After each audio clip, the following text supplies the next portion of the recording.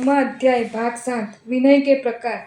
ज्ञान दर्शन चारित्रोपचारा। सूत्रार्थ ज्ञान दर्शन चारित्र और उपचार ये विनय के 4 भेद है।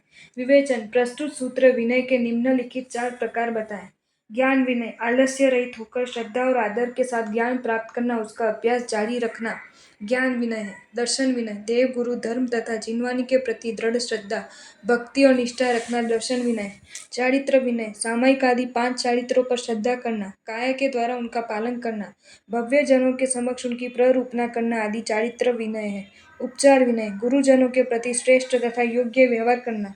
लोकोपचार विनय गुरु आदि के सम्मुख आने पर उन्हें लेने जाना, आगे बढ़कर उनका स्वागत करना, उनके आने पर खड़े हो जाना, जब वे जाए तो छोड़ने जाना, उनके पीछे पीछे चलना, उसके सामने दृष्टि नीचे रखना, वंदन करना, आसन आदि देना उपचार विनय है। वैयावृत्य तप के भेद। आचार्य उपाध्याय तपस्वी शिक्षक ग्लान गण कुल संघ साधु समनो ज्ञानम। सूत्रार्थ आचार्य उपाध्याय तपस्वी शिक्षक ग्लान गण कुल संघ साधु एवं समनोज्ञ साधर्मिक इनकी सेवा शुश्रूषा करना वैयावृत्य तप है। विवेचन सेवा करने योग्य पुरुषों साधकों की अग्लान भाव से सेवा करना, उन्हें सुख साधा पहुंचाना वैयावृत्य तप है। सेवा करने योग्य साधक 10 प्रकार के, जिनके नाम सूत्र में बताए हैं। इस अपेक्षा से वैयावृत्य तप के 10 भेद है। आचार्य जो स्वयं विशुद्ध रूप से 5 आचारों का पालन करे तथा करावे। उपाध्याय मुख्य रूप से जिसका कार्य शुद्ध अभ्यास कराना हो, आचार्य की अनुज्ञा लेकर साधु साध्वी विनय पूर्वक जिससे 5 शास्त्रों का अध्ययन स्वाध्याय करते हैं।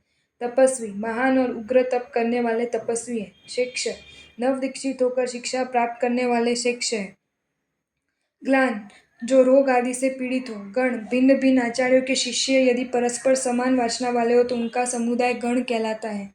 कुल एक ही दीक्षाचार्य का शिष्य परिवार। संघ जिन धर्म के अनुयायी साधु साध्वी श्रावक श्राविकाओं का चातुर्विद समुदाय संघ कहलाता है। साधु पंच महाव्रतधारी प्रवज्यधारी मुनि। समनोज साधर्मिक जिनका परस्पर संभोग हो, यानी गोचरी पानी आदि परस्पर लेने देने का व्यवहार हो, जिनकी सामाचारी समान हो, उस साधुओं को समनोज्ञ कहते हैं।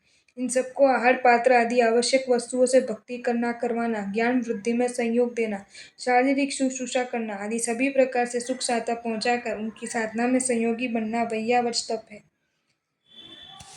स्वाध्याय के प्रकार। वासना पृच्छना अनुप्रेक्षा अमान्य धर्मोपदेशा।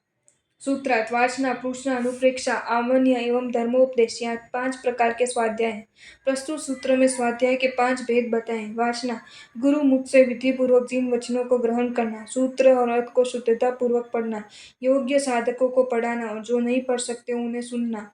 पृच्छना पढ़ने या वासना लेने के पश्चात किसी विषय में शंका हो तो जिज्ञासा एवं विनय पूर्वक उस विषय के जानकार से अपनी शंका का समाधान करना। अनुप्रेक्षा सीखे हुए ज्ञान को बराबर चिंतन मनन करके हृदयगम करना। आमान्या या परावर्तना सीखे हुए या पढ़े हुए ज्ञान को भूल न जाए इसलिए उसे बार बार दोहराना या उसकी पुनरावृत्ति करना। धर्मोपदेश पढ़ा हुआ या चिंतन मनन किए हुए शुद्ध ज्ञान को लोक कल्याण की भावना से श्रोता को समझाना धर्मोपदेश है, अथवा धर्म का कथन करना। व्युत्सक तर्क के प्रकार। बाह्याभ्यंतरोपद्यो। सूत्रार्थ बाह्य और अभ्यंतर उपदी का त्याग ये 2 भेद व्युत्सक तर्क के हैं।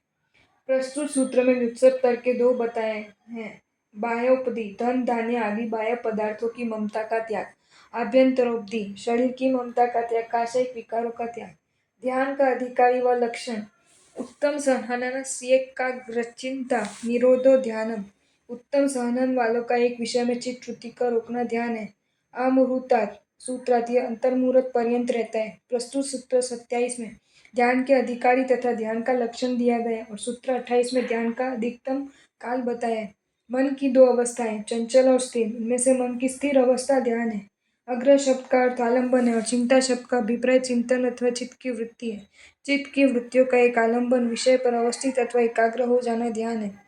व्रज ऋषभ नारद संहनन वाले को उत्तम संहनन के रूप में स्वीकार किया गया तथा सूत्र में उत्तम संहनन वालों को ही ध्यान का अधिकारी माना गया है, क्योंकि मोक्ष उत्तम संहनन वालों को ही प्राप्त होता है। किंतु सामान्य दृष्टि से देखा जाए तो आर्त हृदय ध्यान के रूप में सभी संसारी जीवों के ध्यान होते हैं, किंतु वह ध्यान संसार को बढ़ाने वाला है, अतः उसे तप के रूप में स्वीकार नहीं किया जा सकता। उत्तम संहनन वालों को ही अंतर्मुहूर्त काल तक चित्त की एकाग्रता और योग का निरोध संभव है। अन्य संहनन वाले जीवों में इतना काल तक चित्त का एकाग्र रखने की क्षमता नहीं होती। उनका ध्यान बहुत ही अल्प समय का होता है। इन दोनों सूत्रों में ध्याता, ध्यान, ध्येय और ध्यान का काल, ये चार बातें आती है। ध्याता उत्तम संहरण वाले, ध्यान चित्त वृत्तियों का एक विषय पर एकाग्र हो जाना, ध्येय ध्यान का विषय, ध्यान का काल अंतर्मुहूर्त उत्कृष्ट, ध्यान के भेद आर्द्र रौद्र धर्म शुक्लानी, सूत्र ध्यान के चार भेद है, आर्द्र रौद्र ध्यान धर्म और शुक्ल। विवेचन प्रस्तुत सूत्र में चार प्रकार के ध्यान बताए हैं। वे है आर्द्र ध्यान, दुख या दुख के निमित्त से होने वाला दीनता, शोक, खेद आदि से भरा ध्यान आर्त ध्यान है। जब जीव आदि व्याधि अथवा उपाधि स्वरूप किसी दुखद स्थिति में पड़ता है तब उसे मेरा कष्ट शीघ्र दूर हो, मुझे सुख प्राप्त हो, ऐसी जो सतत चिंता होती है वही आर्त ध्यान है। रौद्र ध्यान, रुद्र अर्थात निर्दयता, क्रूरता, जिस ध्यान में हिंसा आदि करने की कूढ़ भावधारा होती है वह रौद्र ध्यान है। धर्म ध्यान, जो ध्यान क्षमा आदि धर्म से युक्त होता है वह धर्म ध्यान कहलाता है। तत्व और शुद्ध चारित्र रूप धर्म के संबंध में सतत चिंतन करना धर्म ध्यान है। शुक्ल ध्यान, शुक्ल का अर्थ है स्वच्छ अर्थात निकषाय भावों से किसी एक पदार्थ पर चित्त का लगना शुक्ल ध्यान है। यहाँ आत्मा के परिणाम उज्ज्वल, शुद्ध, पवित्र और निर्मल होते हैं। परे मोक्ष हेतु, परे अर्थात अंत के दो ध्यान मोक्ष के कारण है। अंत के दो ध्यान धर्म ध्यान और शुक्ल ध्यान मोक्ष के कारण होने से सुध्यान है और उपादेय ग्राह्य है। सूत्र से यह स्वयमेव फलित होता है कि प्रारंभ के दो ध्यान आर्त ध्यान और रौद्र ध्यान संसार के कारण होने से दुर्ध्यान है और त्याज्य है। आर्त ध्यान के भेद और अधिकारी, आर्त ममोनुज्ञानम संप्रयोगे तदि प्रयोग्याय स्मृति समन्वाहार। सूत्रार्थ अनिष्ट पदार्थ व्यक्ति का संयोग होने पर उसे दूर करने के लिए सतत चिंता करना प्रथम आर्त ध्यान है।